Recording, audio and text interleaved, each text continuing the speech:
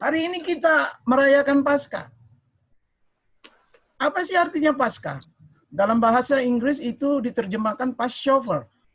Apa itu Passover? Dalam bahasa Ibrani-nya adalah Pesah. Pesah itu artinya persembahan. Ya, persembahan. Di dalam perayaan Paskah yang pertama, dalam Keluaran pasal yang ke-12, Allah memerintahkan Musa dan umat Israel untuk membuat satu perayaan yang disebut oleh Tuhan pada waktu itu disebut Paskah. Mereka harus mengambil anak domba yang tidak bercacat, lalu disembelih, dan darahnya dioleskan di ambang pintu rumah umat Israel yang tinggal di Mesir, dan dagingnya dimakan mereka pada malam itu dengan tata cara yang sudah diatur. Bisa dibaca di dalam Keluaran pasal 12. Dan mereka harus menghabiskan daging korban itu pada malam itu juga. Dan Tuhan berkata bahwa ini adalah perayaan Paskah. Paskah, persembahan. Ini hari raya dari hari raya dari orang Yahudi. Lalu Tuhan berkata bahwa pada malam itu Tuhan akan menjelajahi seluruh Israel, yaitu malaikat Tuhan yang diperintahkan oleh Allah, dan akan melakukan satu pembunuhan terhadap anak sulung orang Mesir dan anak sulung semua binatang yang ada yang dimiliki oleh orang Mesir. Dan itu adalah tulah yang paling terakhir, di mana pada waktu itu ya, Allah hendak membebaskan umat Israel dari Mesir menuju ke tanah Kanaan. Nah, kita baca sebelumnya di pasal-pasal sebelumnya itu bagaimana sudah ada 9 tulah yang Tuhan berikan. Tetapi Firaun nampaknya agak bersikeras hati untuk melepaskan bangsa Israel keluar dari Mesir, dan pada tulah yang ke-10 ini maka Allah memutuskan untuk membunuh semua anak sulung orang Mesir.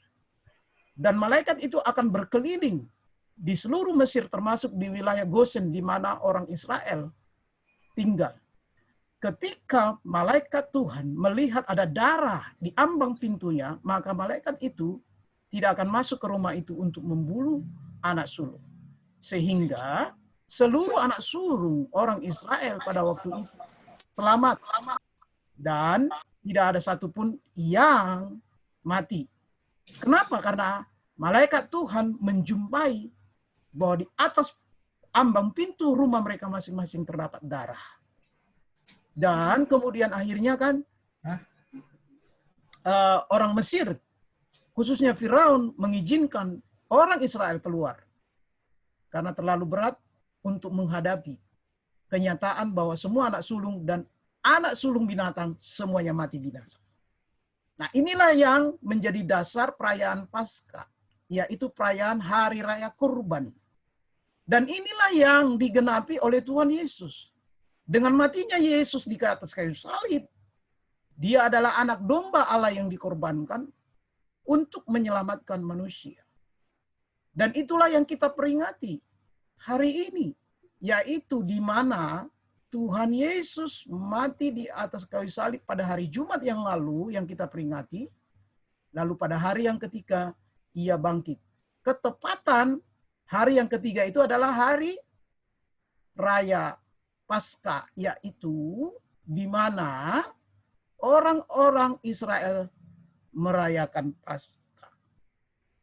Dan Yesus yang mati pada hari Jumat, kemudian pada hari yang ketiga, yaitu hari Minggu dalam kalender kita, dan bagi kalender Yahudi itu adalah hari yang pertama, dalam minggu itu dikatakan, kita merayakan Paskah lebih kepada merayakan kebangkitan Tuhan Yesus Kristus dari kematian. Itu yang kita rayakan, sehingga kita kan tidak lagi merayakan Paskah itu kayak orang Israel, merayakan Paskah yang memotong anak domba yang tidak bercacat, lalu mereka memakannya dengan cara-cara yang sudah diatur. Tidak seperti itu lagi kita. Kita merayakan Paskah, yang kita rayakan adalah kebangkitan Tuhan Yesus dari kematian. Ia telah mengalahkan maut, maut tidak berkuasa atasnya, lalu kemudian kita yang percaya kepadanya merayakan akan hari itu, yaitu kebangkitan Tuhan Yesus Kristus. Itu dalam latar belakang yang perlu kita ketahui supaya kita tahu Paskah itu apa. Nah, Yesus inilah, kebangkitan Tuhan Yesus inilah yang merupakan sukacita bagi kita hari ini, yang kita rayakan pada hari ini. Kenapa menjadi sukacita? Karena Yesus bangkit. Ini berita yang luar biasa menurut saya. Kenapa? Karena Yesus yang sudah mati kemudian bangkit. Bukan mati suri ya. Yesus betul-betul mati di atas kayu salib. Lalu ya pada hari yang ketiga, ia bangkit. Dan kebangkitan Tuhan Yesus ini menunjukkan kepada kita bahwa Yesus adalah Allah. Dia adalah Allah yang datang ke dalam dunia ini untuk apa? Untuk menyelamatkan kita. Dan ini juga menunjukkan bahwa Yesus bukan manusia biasa seperti yang beberapa orang mengatakan Yesus itu bukan Tuhan. Yesus itu manusia biasa sama seperti kita. Ada kelompok-kelompok tertentu yang memahami itu. Bahkan kelompok tersebut mengatakan dirinya Kristen. Gitu. Atau kelompok-kelompok tertentu yang mengatakan Yesus itu bukan Tuhan. Karena tidak mungkin Tuhan menjadi manusia, seperti misalnya dalam ajaran Gnostik, yaitu satu filsafat di abad pertama yang mengatakan bahwa Allah tidak pernah menjadi manusia karena Allah itu kudus, sedangkan manusia itu materi. Materi itu jahat dan tidak mungkin Allah menjadi manusia karena Allah itu tidak bisa mengambil bagian yang tidak kudus, yaitu daging ini. Filsafat Gnostik mengajarkan demikian. Dan hari ini kita juga mendengar ada banyak kelompok-kelompok atau orang-orang tertentu yang mengatakan Yesus bukan Tuhan, Yesus bukan Allah. Dia manusia biasa. Karena itu, maka semua tokoh agama disamakan oleh mereka sama. Sama. Nah, karena itu maka kita tidak menyembah Yesus. Nah, menurut mereka. Nah, karena itu saudaraku, melalui kebangkitan Tuhan Yesus yang kita rayakan hari ini, kita bersyukur bahwa Yesus itu adalah Tuhan. Buktinya apa? Buktinya dia bangkit. Gitu loh. Pak Pendeta enggak terlalu heboh lah bangkit karena ada banyak juga orang yang mati lalu bangkit. Berbeda dengan Yesus. Kenapa? Karena Yesus betul-betul bangkit dan saksi matanya ada gitu. Ya, bukankah ini berita yang sangat heboh yang luar biasa? Nah, karena itu saudaraku, maka kita hari ini mengatakan Yesus bukan manusia biasa. Dia tidak sama dengan tokoh-tokoh agama yang lain. Dia berbeda dan dia unik dan tidak ada seperti Yesus. Itu yang pertama. Dan juga membuktikan bagi kita bahwa pekerjaan penyelamatan yang dilakukan Tuhan Yesus di dalam kematiannya di atas kayu salib itu membuktikan bahwa itu benar dan berasal dari Allah. Ya. Kenapa? Kalau bukan dari Allah, tidak mungkin hal-hal tersebut terjadi. Hal-hal yang supranatural. Di mana dia bangkit dari kematian. Setelah ia disiksa dan seterusnya. Dan mati. Ya. Ini memberikan ya peneguhan bagi kita. Bahwa saudara dan saya tidak menyesal, tidak salah mengimani Yesus Kristus. Tidak salah menyembah Yesus sebagai Tuhan. Gitu. Karena itu kita yakin dan percaya akan penyelamatan yang dikerjakan oleh Yesus di atas kayu salib. Karena itu tetaplah setia beriman kepada Tuhan Yesus. Jadi kebangkitan Tuhan Yesus ini bukan berita isapan jempol atau berita bohong atau berita dongeng atau berita mitos. Kebangkitan Tuhan Yesus real terjadi pada abad yang pertama. Saksinya ada nggak? Oh ada, terlalu banyak saksinya. Yang pertama, kalau kita perhatikan dalam teks tadi, Maria Magdalena pada hari Minggu, ya hari pertama, pagi-pagi dia pergi bersama dengan Maria yang lain ke kubur Yesus. Maksudnya untuk merempah-rempahi mayat Yesus, karena kebiasaan orang Yahudi begitu. Ya. Tetapi ketika mereka sampai di kubur Yesus, sesuatu yang spektakuler terjadi, di mana terjadi gempa bumi yang dahsyat, dikatakan di dalam teks yang kita baca tadi. Gempa bumi terjadi, lalu kemudian muncul seorang malaikat, tentu kalau malaikat kan berasal dari atas, dari surga, dengan muka seperti kilat, wajahnya seperti kilat dikatakan, dan pakaiannya putih seperti salju.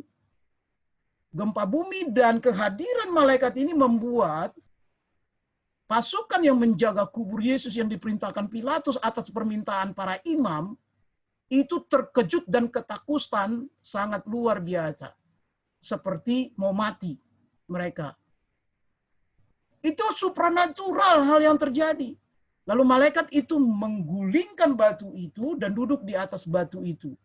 Yaitu pintu penutup kubur Tuhan Yesus. Kenapa demikian? Karena memang di Israel zaman dulu kuburan itu di sebuah gua. Nggak kayak kita dikubur di dalam tanah. Di sana itu dimasukin ke gua. Ada tradisi di Indonesia satu suku, yaitu suku Toraja. Ketika keluarganya, anggota keluarganya meninggal, itu dimasukin ke gua-gua. Makanya jadi awet kan, karena diawetkan. Kira-kira begitu. Lalu kemudian nanti dalam hari tertentu diganti bajunya. Lalu kemudian dibuat jalan. Gitu. Kukunya jadi panjang. Itu boleh dilihat dari YouTube, dia banyak seperti itu. Itu satu suku di Indonesia. Kira-kira begitu. Nah, orang Yahudi dulu begitu. Nah, Yesus dikuburkan seperti itu. Dimasukkan ke gua, diletakkan di satu tempat gitu ya. Dan di situlah dia. Gitu. Kira-kira begitu. Gitu. Lalu, malaikat itu berkata kepada perempuan itu, aku tahu bahwa kamu di sini mencari Yesus yang telah mati. Tapi ketahuilah, ia tidak ada di sini, ia sudah bangkit. Kalau nggak percaya, lihatlah ke dalam. Kira-kira bahasanya begitu. Masuklah kedua perempuan itu, lalu kemudian melihat memang betul bahwa tempat mayat Yesus dibaringkan itu udah kosong, nggak ada lagi tubuh Yesus. Yang ada kain kafan yang tergeletak di dalam tanah. Lalu mereka sangat heran dan mungkin juga ketakutan dan seterusnya. Tapi kan malaikat itu berkata, jangan takut. Beritahukan kepada murid-muridnya, maksudnya kepada murid-murid Tuhan Yesus, supaya mereka pergi ke Galilea, karena di Galilea lah mereka akan melihat Yesus secara langsung. Lalu kemudian, kedua perempuan itu pergi meninggalkan kubur itu, di tengah jalan, Yesus berjumpa dengan kedua perempuan itu. Lalu Yesus berkata, jangan takut. Ketika kedua perempuan itu melihat, maka mereka tersungkur dan memeluk kaki Yesus dan menyembahnya. Sekali lagi saya mau katakan, Yesus adalah Tuhan. Buktinya kedua perempuan itu menyembahnya. Kita tahu kan, yang layak disembah itu hanya Allah. Hanya Tuhan. Manusia tidak boleh disembah.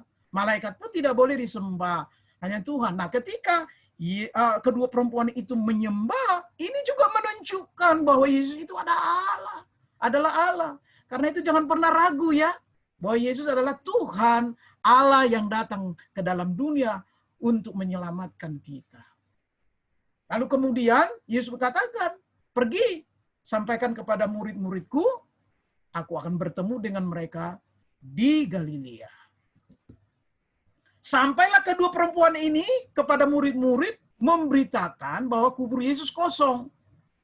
Ketika para murid mendengar, kemudian Petrus yang penuh antusias bersama dengan murid yang lain lari sekencang mungkin mau pergi ke mana? Ke kubur Yesus, dan mereka sampai. Saking berlari kencangnya si Petrus ini, temannya yang mengikuti dia, yang satu murid yang lain itu, nggak tahu siapa namanya karena teks tidak menyebutkannya, itu sampai duluan. Dan mereka lihat betul bahwa mayat Yesus sudah tidak ada lagi dalam kubur itu. Dan di dalam yang ada adalah kain kafan. Itu bisa kita perhatikan di dalam Yohanes. Di dalam kisah yang sama. Yohanes menuliskan hal itu. Bagaimana Petrus dan juga murid yang lain itu bisa melihat secara langsung kubur Yesus yang sudah kosong. Ya, yang sudah kosong. Nah, kita bisa lihat dalam Yohanes 20 ayat 1 sampai 5. Bisa dibaca nanti ya. Yohanes 20 ayat 1 sampai 5. Bagaimana Petrus dan murid yang lain berlari dan melihat kain kafan itu sudah tergeletak di tanah dan Yesus sudah tidak ada lagi. Dan diceritakan kemudian di ayat 16, Matius 28, murid-murid berjumpa dengan Yesus di Galilea. Jadi ada banyak saksi yang menyaksikan tentang kebangkitan Tuhan Yesus. Pertama, kedua perempuan itu, Maria Magdalena dan Maria yang lain. Yang kedua, pasukan yang ditugaskan. Yang ketiga, yaitu para murid-murid Tuhan Yesus yang melihat secara langsung bahwa Yesus yang mati itu betul-betul sudah bangkit, karena sosok Yesus yang bangkit itu sudah ada di depan mereka. Ketika mereka berjumpa dengan Yesus, baik di tengah jalan dengan perempuan itu, dan juga di Galilea dengan para murid-murid Tuhan Yesus. Kita tahu ceritanya bahwa Thomas, waktu perempuan itu menceritakan, tidak percaya bahwa Yesus itu bangkit. Lalu dia katakan, sebelum aku melihat lubang tangannya, lubang paku di tangannya, sekali-kali aku tidak percaya. Waktu Tuhan Yesus berjumpa dengan para murid di Galilea, Thomas, jangan lagi engkau tidak percaya. Lihat lubang di tanganku, inilah aku. Pada saat itulah Thomas berkata, ya Tuhanku, ya Allahku. Lalu dia menyembah. Ini juga membuktikan kepada kita bahwa Yesus itu adalah Allah Tuhan yang datang ke dalam dunia untuk menyelamatkan kita. Berikan tepuk tangan yang meriah bagi Tuhan. Nah, karena itu saudaraku, kita tidak perlu lagi menjadi ragu hari ini bahwa Yesus itu benar-benar bangkit. Tidak perlu lagi menjadi ragu bahwa Yesus itu adalah Tuhan, bukan manusia biasa. Dan tidak perlu juga menjadi ragu bahwa Yesus adalah Tuhan dan Juru Selamat. Karena ia mengerjakan penyelamatan melalui kayu salib dan bangkit pada hari yang ketiga. Seandainya Yesus tidak bangkit, Paulus katakan, sia-sialah iman kita. Tapi karena Yesus bangkit, maka saudara dan saya diselamatkan. Beruntung saudara dan saya dipilih Tuhan, salah satu dari sekian banyak miliar manusia di dunia ini, menaruh percaya kepada kematian dan kebangkitan Tuhan Yesus, menaruh percaya bahwa Yesus mati untuk menyelamatkan kita. Padahal kita tidak melihat secara mata, secara langsung.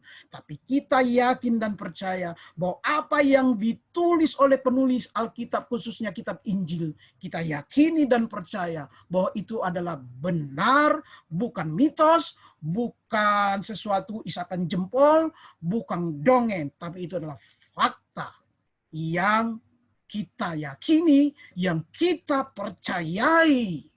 Karena itu bersyukurlah di dalam merayakan Paskah hari ini. Nah, Itu kan sudah dilakukan Tuhan Yesus 2000 tahun yang lalu bagi kita. Di mana dia mati di atas kayu salib, lalu kemudian dia bangkit pada hari yang ketiga. Semua itu dilakukannya untuk menyelamatkan kita, karena besar kasihnya kepada kita. Yohanes 3:16 berkata demikian. Dan Yesus sudah selesai melakukannya bagi kita. Sekali seumur hidup. Itu sebabnya pengorbanan Yesus itu tidak berulang-ulang. Sekali seumur hidup, Yesus mati di atas kayu salib dan bangkit sekali. Karena itu, kita tidak merayakan Paskah lagi seperti orang-orang Yahudi merayakan Paskah. Menyembelih kambing domba. Sampai hari ini kan banyak orang Yahudi yang merayakan Paskah demikian. Kita tidak lagi. Karena itu sudah digenapi di dalam kematian Tuhan Yesus. Jadi janganlah ada orang yang meniru-niru kayak orang Yahudi gitu loh.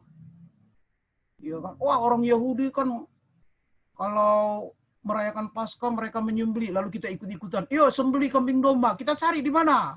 Berikat pinggang waktu makannya. Enggak kayak gitu lagi. Yesus sudah menggenapi domba yang dikorbankan itu, digenapi di dalam kematiannya di atas kayu salib. Dan Paskah di zaman PL itu dilakukan menjadi tipologi bagi kita sekarang ini. Bahwa Tuhan memberikan pemahaman terlebih dahulu supaya kita tahu ketika Yesus datang menggenapi Paskah korban anak domba yang dikorbankan itu, kita nggak kaget lagi. Jadi ibarat kata, ketika Yesus mati, kalau tidak ada Paskah di perjanjian lama, kita bingung jadinya. Ini apa-apaan ini? Karena memang kita tidak mengerti. Apa itu Paskah, pengorbanan, dan sebagainya. Tapi ketika ada Paskah di perjanjian lama, dan itu kita bisa baca di dalam perjanjian lama, yang dirayakan oleh orang Yahudi, maka sekarang kita tidak kaget lagi. Bahwa memang itulah yang digenapi oleh Tuhan Yesus hari di mana ia mati dan bangkit bagi kita. Karena itu menjadi semacam tipologi dalam kematian Tuhan Yesus dan kebangkitan Tuhan Yesus di atas kayu salib. Sehingga kita memahaminya akan hal itu. Nah, karena itu saudaraku, maka bagaimana caranya kita merayakan Paskah hari ini? Caranya adalah kita tidak boleh hanya sampai pada satu titik, yaitu bereforia. Euforia itu apa? Bersukacita semata. Kita tidak bisa sampai hanya titik itu. Allah bangkit, bersoraklah. Yes, itu nggak masalah. Tapi kita tidak hanya bisa sampai pada titik itu dalam merayakan Paskah.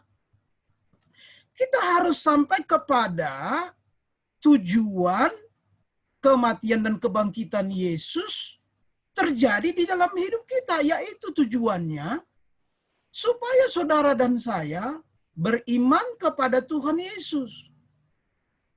Dan itu kan sudah kita alami di dalam hidup kita hari ini. Yes, saya yakin dan percaya saudara dan saya adalah orang-orang yang telah dipilih untuk menjadi percaya kepada Tuhan Yesus. Yes. Tapi tidak cukup berhenti pada percaya saja, tapi harus masuk kepada berikutnya tujuan yang paling utama, yaitu bahwa saudara dan saya dipanggil untuk keluar dari kegelapan ke dalam terangnya Tuhan. Kenapa? Karena memang Yesus mati dan bangkit untuk menyelamatkan kita. Karena itu saudara dan saya tidak boleh berdiam di dalam dosa. Tidak boleh berdiam di dalam kegelapan. Saudara harus beranjak dari sana. Saudara harus berjalan dari sana, meninggalkan itu, menuju ke dalam terangnya Tuhan. Di mana saudara dan saya hidup menurut kehendak Tuhan melalui firman-Nya. Artinya apa? Hidup lahir baru. Saudara dan saya harus hidup lahir baru. Tapi tidak juga sampai kepada saat itu. Saudara dan saya harus sampai kepada apa yang Tuhan minta melalui teks firman Tuhan tadi. Dikatakan, coba kita lihat di dalam ayatnya yang ke-17. 18 khususnya dalam Matius 28, di sana dikatakan, Yesus mendekati mereka dan berkata, "Kepadaku telah diberikan segala kuasa di surga dan di bumi. Karena itu pergilah, jadikanlah semua bangsa muridku, dan baptislah mereka dalam nama Bapa dan Anak dan Roh Kudus, dan ajarlah mereka melakukan segala sesuatu yang telah kuperintahkan kepadamu, dan ketahuilah, aku menyertai kamu senantiasa sampai kepada akhir zaman." Perintah untuk pergi memberitakan Injil, menjadikan semua bangsa menjadi muridnya, lalu membaptis mereka dalam nama Bapa dan Anak dan Roh Kudus, dan mengajarkan segala pengajaran yang diajarkan oleh Tuhan Yesus. Itu bagian kita yang harus kita kerjakan dalam merayakan Paskah, supaya semua orang tahu bahwa Yesus adalah Tuhan dan Juru Selamat. Karena itu saudara dan saya dibutuhkan untuk pertama beriman setia kepada Tuhan Yesus, yang kedua lahir baru, dan yang ketiga mengambil bagian dalam amanat agung untuk pergi memberitakan Injil kepada seluruh dunia. Supaya orang tahu bahwa Yesus adalah Tuhan dan Juru Selamat, sehingga mereka diselamatkan seperti saudara dan saya diselamatkan oleh Tuhan Yesus. Karena itu jangan nikmati keselamatan yang Tuhan berikan kepada kita itu menikmati sendiri. Tapi kita harus share kepada orang lain. Kita harus bagikan kepada orang lain. Karena orang lain juga Tuhan kasihi. Dan Tuhan ingin mereka diselamatkan. Karena itu saudaraku, berbagai dalam kesempatan yang bisa kita lakukan di dalam kehidupan kita di akhir zaman ini adalah harus kita daya gunakan untuk memberitakan Injil. Apa yang bisa kita gunakan? Yang bisa menggunakan sosial media, yang bisa menggunakan uangnya, yang bisa menggunakan tenaganya, yang bisa menggunakan segala apa yang dia miliki. Gunakanlah itu untuk mengambil bagian dalam pelayanan pekerjaan Tuhan, memberitakan Injil kepada semua orang.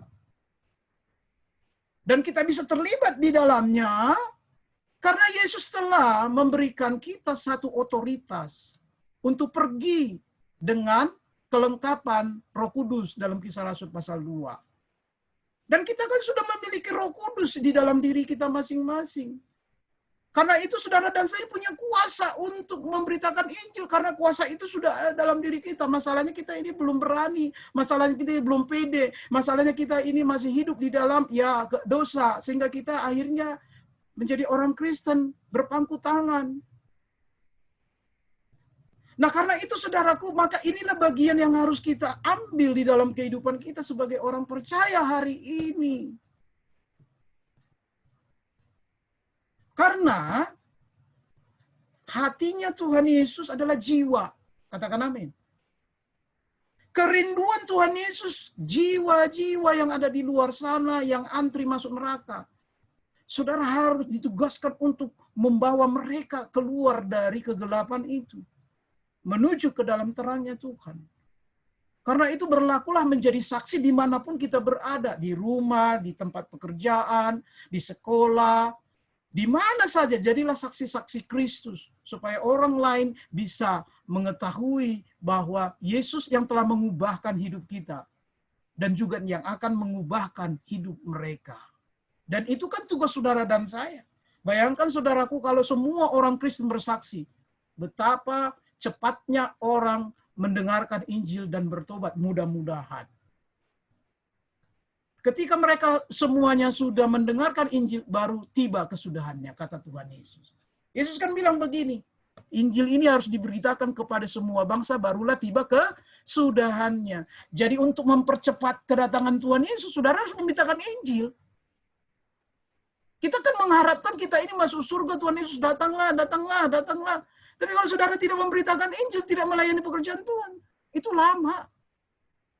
Biarin aja pemerintah, biar lama-lama saya kan mau menikmati dunia ini. Bukan begitu juga kali. Setiap kita ini kan rindu menikmati hadirat Tuhan di surga gitu loh. Makanya ada lagu Pentakosta lama, oh Yerusalem, kota mulia, hatiku rindu ke sana. Rindu sih rindu, tapi nggak beritakan Injil. Ya lama saudara. Karena itu kan firman yang disampaikan oleh Yesus gitu loh.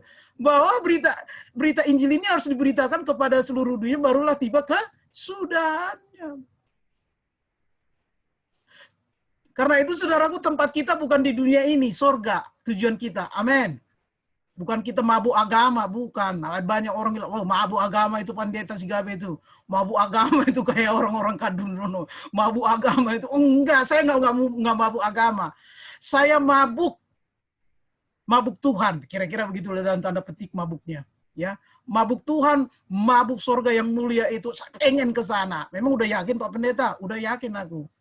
Kenapa yakin? Lah Yesus kan bilang, barang siapa yang percaya kepada aku tidak binasa melainkan beroleh hidup yang kekal. Tentu yang bertobat lahir baru.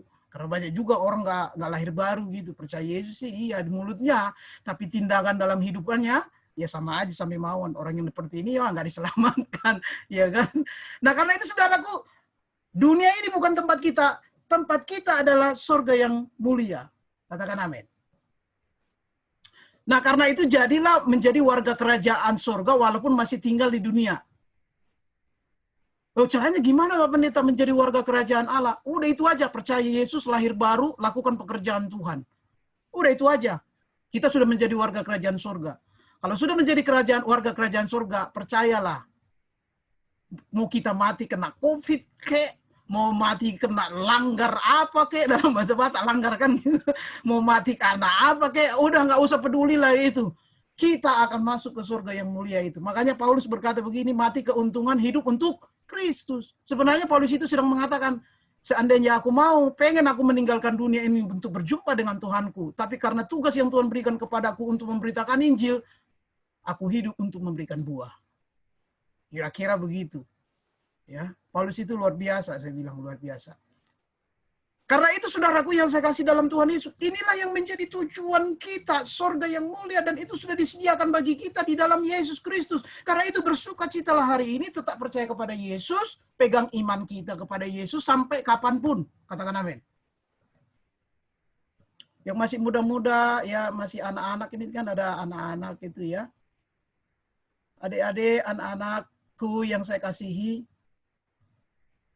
tetap beriman kepada Tuhan Yesus. Nanti kalau sudah besar, udah mau menikah, jangan mau digoda laki-laki untuk pindah keyakinan. Katakan, oh no, Yesus adalah satu-satunya juru selamat. Keren itu. Tuhan Yesus bilang begini, hebat anakku Joyce, hebat anakku Jason, hebat anakku Paul. Kamu adalah prajurit-prajurit Kristus. Jangan mau tinggalkan Yesus tawaran jabatan. Jangan mau tinggalkan Yesus tawaran pria, wanita yang mau memisahkanmu dari Tuhan Yesus. Ini harus ditanamkan dari sejak kecil. Kalau enggak, kita bisa berkata begini seperti seorang artis. Di agamaku yang lama, Tuhan tidak menyediakan jodohku. Bukan tidak menyediakan. Lu terlalu memilih-milih. Ya, terlalu memilih-milih, maunya yang punya jabatan, yang kaya, dan sebagainya. Aduh, kasihan sebenarnya. Padahal udah melayani lu. Nah, karena itu, adik-adik yang masih muda, yang masih remaja-remaja, masih anak-anak SD, tetap beriman kepada Yesus apapun. Hanya Yesus jalan keselamatan. Tuhan Yesus sanggup memelihara kehidupan kita dan memberikan yang terbaik bagi kita. Bagi kita orang tua, mari ajarkan setiap hari kepada anak kita untuk beriman kepada Yesus. Tanamkan terus berulang-ulang, kata Ulangan pasal 6. Tanamkan. Ya, mau muntah-muntah lah situ. Pokoknya tanamkan firman Tuhan terus. Kira-kira begitu. Apa bosan. Iya kan Tuhan bilang berulang-ulang. Ulangan pasal 6. Sampaikan kepada anak-anakmu waktu berdiri, duduk, diam, bepergian, dan sebagainya. Tanamkan. Supaya besar dia ingat itu. Ya. Karena memang iklan itu kan begitu. Supaya lengket di pikiran kita setiap hari kita nonton iklan. Sehingga ketika kita sakit kepala, Panadol. Karena itu udah nonton iklan setiap hari. Gitu loh. Ya, begitu juga ya saudaraku, yang firman Tuhan itu ditanamkan itu berulang-ulang setiap hari untuk ini supaya ini. Bahkan dikatakan orang Israel itu mengikatkannya di sininya, menuliskannya di piang pintu rumahnya supaya setiap hari dia baca, dia baca, dia baca, dia baca, dia baca. Orang Yahudi kan begitu. Umur 5 tahun itu udah hafal hukum Taurat. Kenapa? Sejak kecil sudah ditanamkan firman Tuhan. Makanya nggak salah mereka berhasil dalam kehidupannya. Walaupun nggak berhasil dalam keselamatan.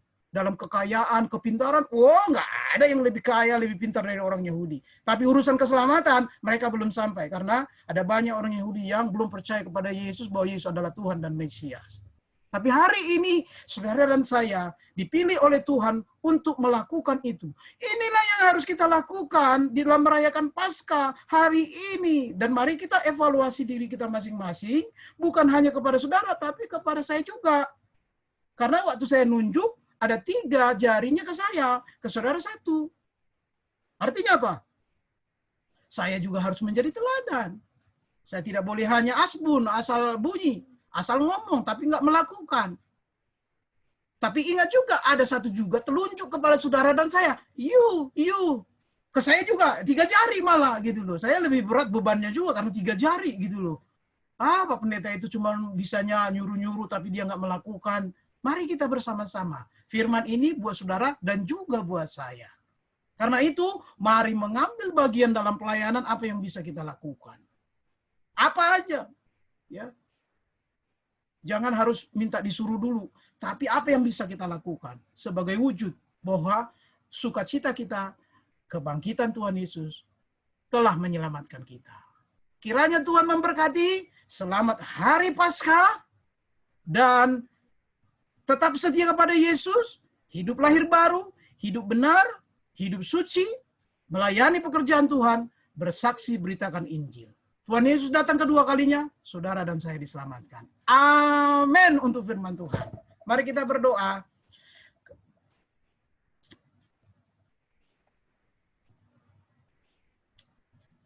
Boleh saya minta tolong Bapak Petrus untuk berdoa untuk firman Tuhan? Boleh dibuka mute-nya?